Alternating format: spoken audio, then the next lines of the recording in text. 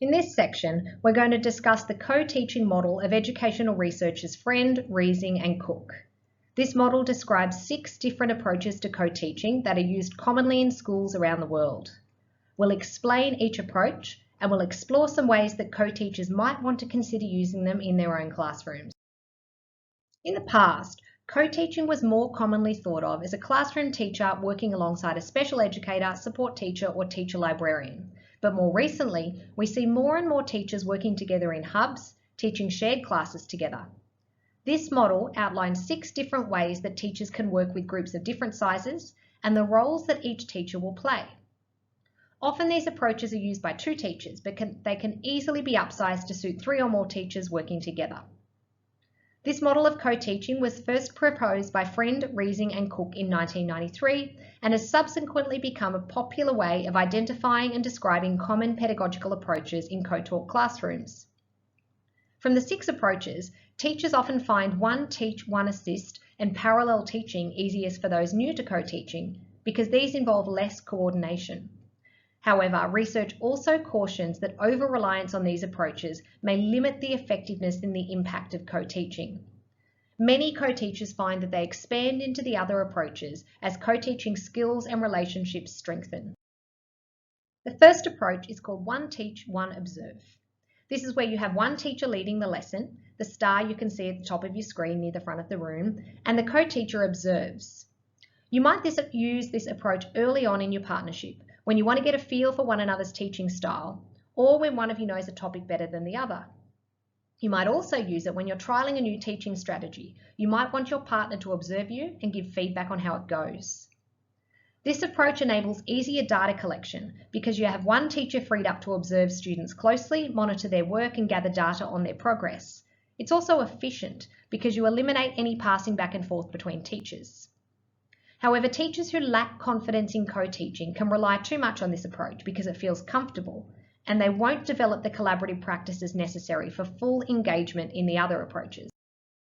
The second approach is station teaching. In station teaching, learners move through a series of stations that each address a different aspect of the content. Some of the stations will be facilitated by co-teachers, and some will involve students working independently. You might use this approach the way you would use a classic jigsaw. When content can be chunked in sections, it enables a closer focus on each section, with teacher support offered for more complex tasks or content. This is a great approach because it breaks learners down into smaller groups, making management a bit easier and enabling discussion. It also takes full advantage of the diverse strengths of co-teachers if they opt to run stations that are best aligned with their expertise and subject knowledge. However, timing is critical here and it's complicated.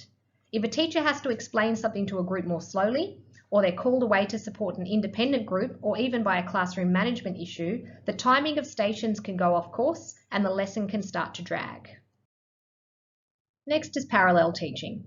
Here the lesson runs twice in the hub at the same time with the learners split into 2 groups. This can work well when you need to introduce new or complex content using explicit teaching methods. Then you would shift into a different approach to support students with more active learning. This approach works well because students are in smaller groups, which enables more support to be offered where the content is new or complex. This can also help with classroom management. However, it requires both teachers to have the same expertise in and understanding of the lesson, as they will be teaching it in exactly the same way. It also fails to take advantage of all the opportunities offered by having co-teachers in a classroom, so you would only really want to use this in a limited way. Alternative teaching approaches look very much like parallel teaching. However, here we have one teacher who leads the bulk of the students through the lesson in one part of the space, while the co-teacher draws out a smaller group for specialised attention. You might use this when your formative assessment or observation has identified that a group of learners might require more or different support for an activity. This is great because it enables co-teachers to focus resources in a way that enables differentiation.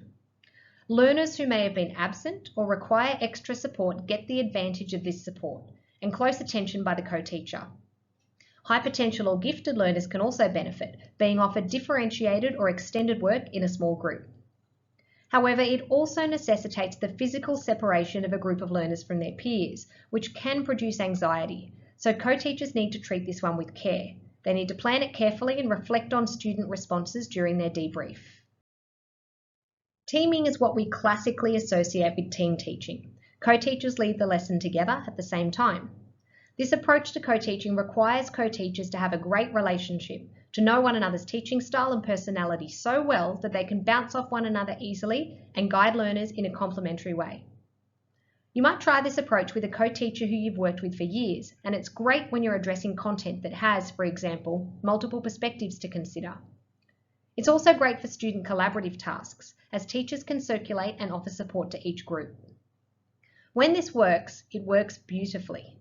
Teachers who team teach confidently and seamlessly model great collaboration and communication for learners, and their teaching incorporates both teachers' expertise and knowledge.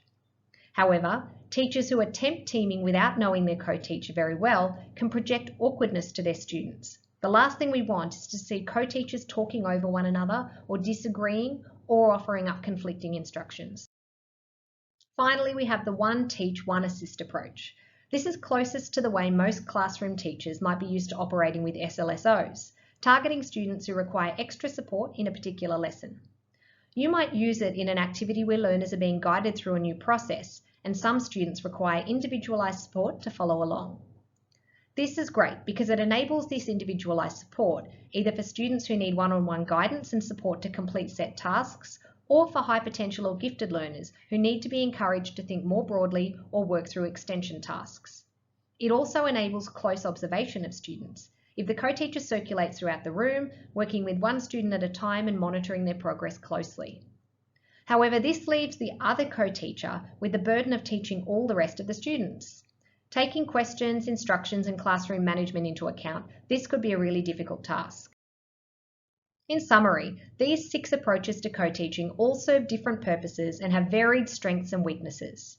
Co-teachers are advised to consider which approaches will be best matched to the learning goals of each lesson during co-planning sessions and reflect on how to improve their use of each approach in co-reflection sessions. No approach is inherently better or worse than another, but different approaches serve different pedagogical purposes for different co-teaching groups. This concludes our section on the co-teaching model. To summarise, we explored the 6 approaches to co-teaching outlined by Friend, Riesing and Cook, and we addressed the nature, strengths and weaknesses of each one.